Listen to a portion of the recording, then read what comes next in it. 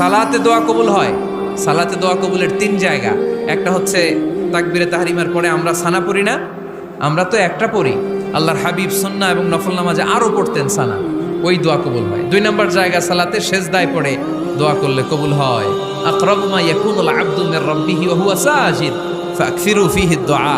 বান্দা যখন সেজদায় লুটিয়ে পড়ে, বান্দা আল্লাহর সবচেয়ে কাছে চলে যায়। তা কিন্তু বিশ্বনবী বলে, সেজদাটা তোমার রবের কুদরতি পায়ের উপরে পড়েছে। সেজদায় পড়ে দোয়া করেন।